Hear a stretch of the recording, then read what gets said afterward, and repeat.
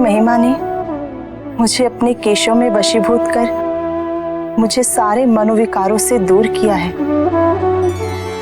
अहो भाग्य महादेव, आपकी इस अनूठी प्रतिष्ठा ने मुझे भी चंद्रमा के समान शिरोमणि बना दिया। तुम पवित्रता और दिव्यता की श्रेणी में श्रेष्ठ हो गंगा। तुम्हारे इसी गुण के लिए मैंने तुम्हें यथोचित पद और सम्मान दिया है। मेरे द्वारा तुम्हें अपने केश में धारण करने का कारण तुम्हारा जनहित अभियान भी है। आने वाले युगों में गंगा के पवित्र जल से ही तर्पण किया जाएगा।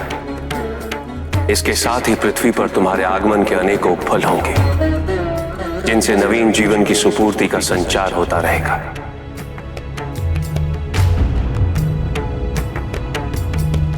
भौतिक सुख की लालसा में मनुष्य द्वारा किए जाने वाले दुष्कर्म और पृथ्वी पर दुष्प्रभावों को तुम अपनी पवित्रता से शुद्ध करती रहोगे। ये कार्य करने के पश्चात तुम्हारी शुद्धता, आचरण और पवित्रता सदैव बनी रहेगी। तुम इस संसार को सारे दुष्प्रभावों से मुक्त रखोगी गंगा। इस पृथ्वी पर गंगा की पवित्रता और निरंतरता शिव के आदि स्वरूप में विलय हो चुकी है। गंगा, इस महान कार्य को आरंभ करने से पूर्व अपने माता पिता से आशीर्वाद लेना न भूलना।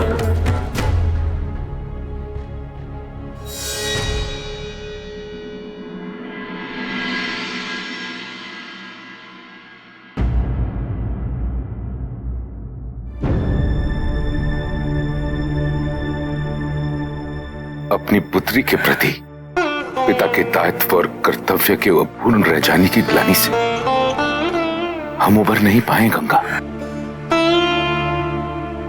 तुम्हारी मां तुमसे मिलकर बहुत आनंदित होगी। मैनावती, मैनावती, देखो तो कौन आया है।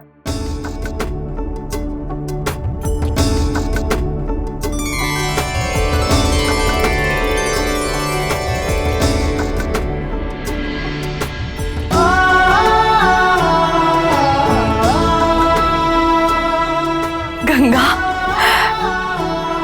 गंगा हमारी पुत्री।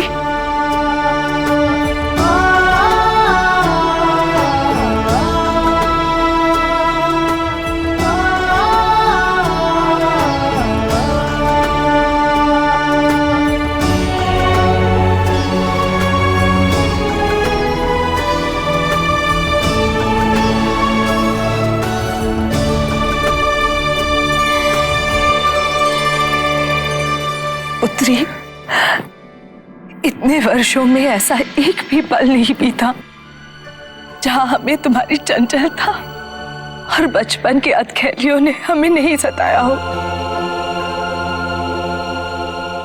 मेरी मानसिक शांति और संकल्प हेतु अब शिव के प्रति मेरा भ्रम दूर हो गया है। अपने जीवन के उद्देश्य का आत्मबोध होने के पश्चात अब मेरा गंतव्य केवल जन कल्याण है।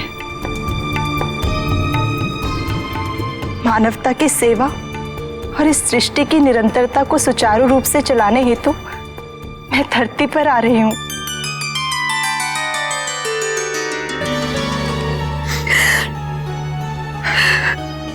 मां, पिताजी, मुझे मेरे ध्येय की सफलता हेतु आशीर्वाद दीजिए। तुम सदा सफल रहो पुत्री। पिताजी, पार्वती बहुत भाग्यशाली है। शिव का प्रेम सदैव उसके साथ रहेगा। हमसे भाग्यशाली पिता इस पृथ्वी पर और कोई नहीं हो सकता। हमारी दोनों पुत्रियों की उपलब्धियों, उनकी त्याग तपस्या से न जाने कितने मनुष्यों का कल्याण होगा। पुत्री, आज का यह दिन हमारे लिए बहुत महत्वपूर्ण है, जिसे हम कभी नहीं भूल पाएंगे। कभी नहीं।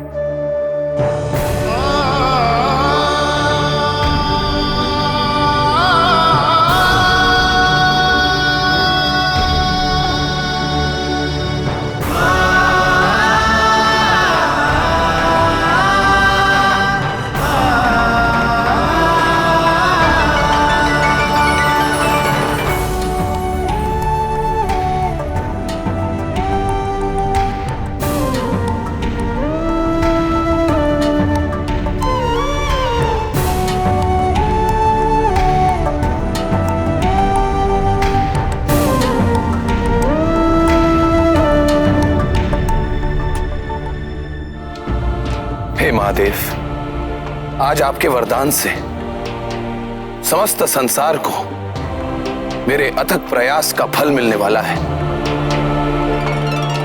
इसके लिए मैं आपको धरती और धरती वासियों की ओर से नमन करता हूं।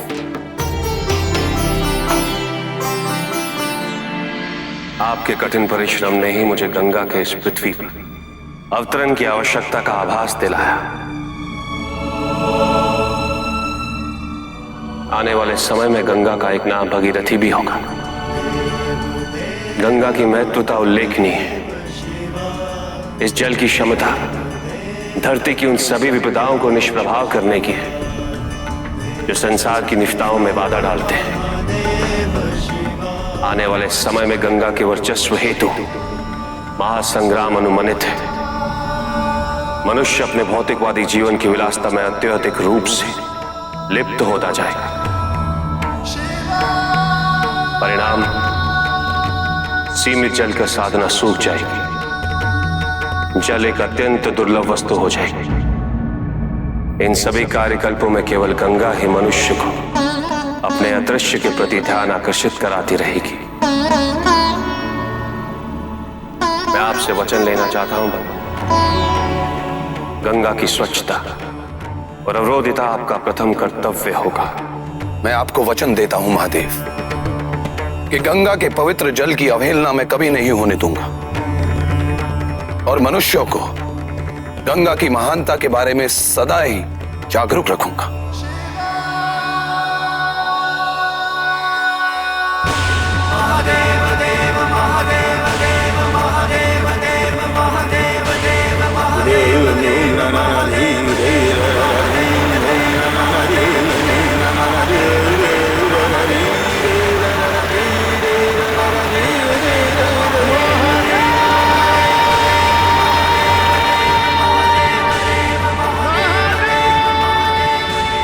हे देवी, मेरा नमन स्वीकार कीजिए।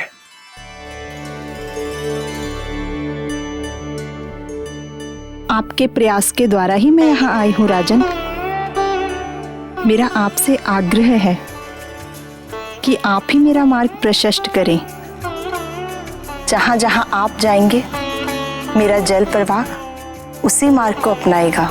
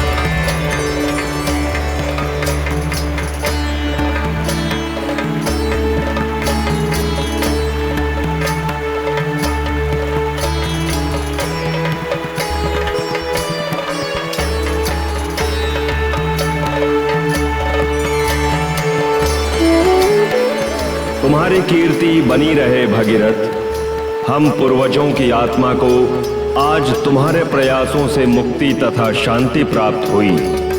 हमारा आशीर्वाद सदैव तुम्हारे साथ बना रहेगा।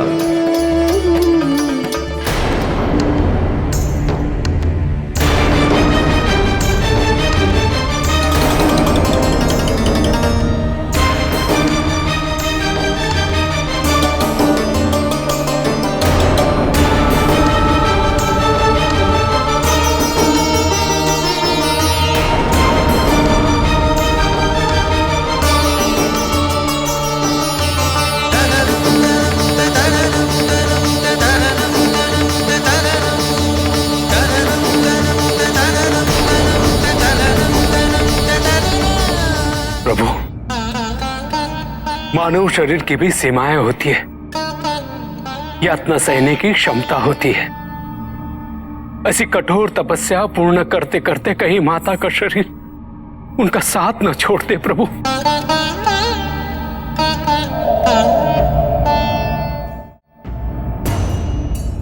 अब जब तक हमारी तपस्या पूर्ण नहीं हो जाती, वनस्पति ही हमारा आहार होगा।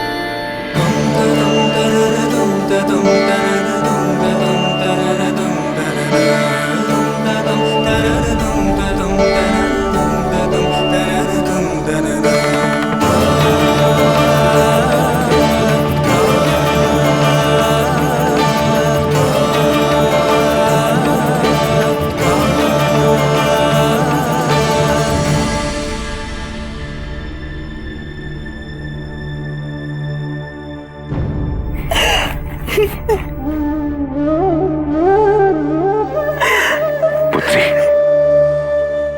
अपने शरीर का ध्यान रखो। तपस्या तो अनिवार्य है। यदि शरीर अशक्त हो गया तो तपस्या का कोई लाभ नहीं।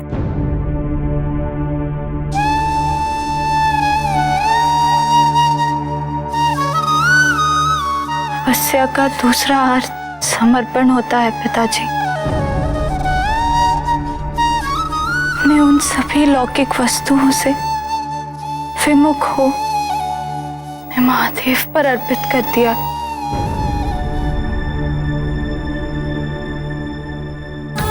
उससे केवल वायु हमारा आहार होगा।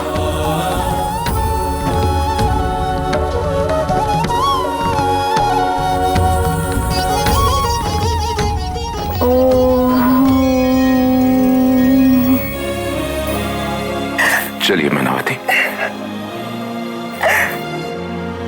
हम पार्वती की तपस्या में हस्तक्षेप नहीं करना चाहते।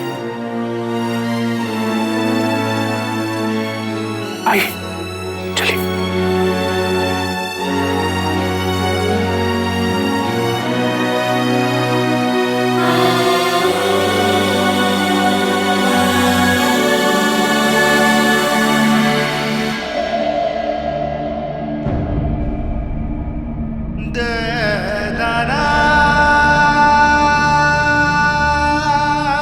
तुमने अपना सब कुछ अर्पण कर अपनी तपस्या में एक नया अध्याय जोड़ लिया है पार्वती। आज से तुम्हें अपर्णा के नाम से भी जाना जाएगा।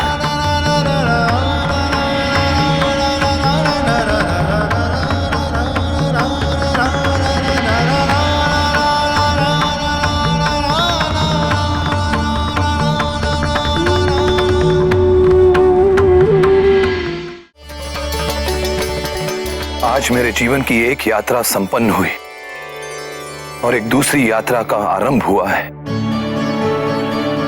आज से मेरे जीवन का बस एक ही लक्ष्य है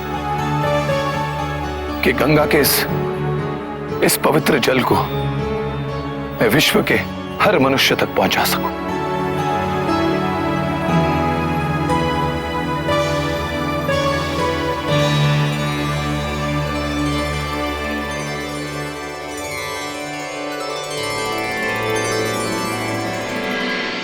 गोमुख से भागीरथी के रूप में उत्पन्न होती गंगा नदी लगभग 2500 किलोमीटर का सफर तय करती बंगाल की खाड़ी में जाकर सागर से मिलती है।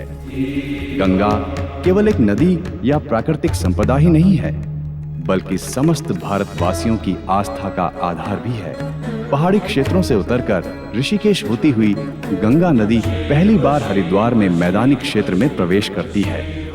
उसके बाद गढ़मुक्तेश्वर, कन्नौज, बिठूर, कानपुर होते हुए वो इलाहाबाद में यमुना तथा सरस्वती से मिलती है। ये स्थान त्रिवेणी संगम के नाम से प्रसिद्ध है और जहां प्रत्येक 144 वर्ष बाद महाकुंभ मेला आयोजित किया जाता है।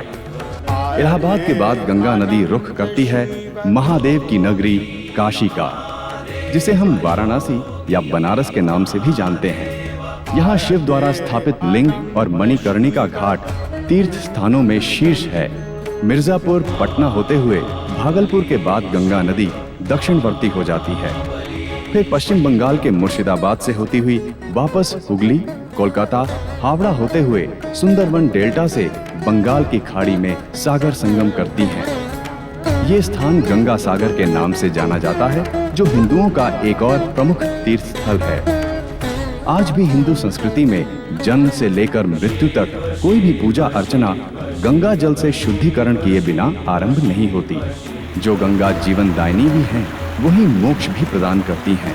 लेकिन ये कैसी विडंबना है कि सबसे पवित्र कही जाने वाली गंगा नदी का नाम आज दुनिया की सबसे प्रदूषित नदियों में लिया जाता है। इसका कारण कोई और नहीं, हम मनुष्य ही हैं। जिस गंगा नदी का जल हम इतनी श्रद्धा से भर कर लाते हैं, उसी में तकरीबन 2 करोड़ 10 लाख टन कचरा हम प्रतिदिन गिरा रहे हैं। क्या हम महादेव के वरदान का अपमान नहीं कर रहे? गंगा अब थकने लगी है और गंगा की हार हमारी हार होगी, एक सभ्यता की हार होगी।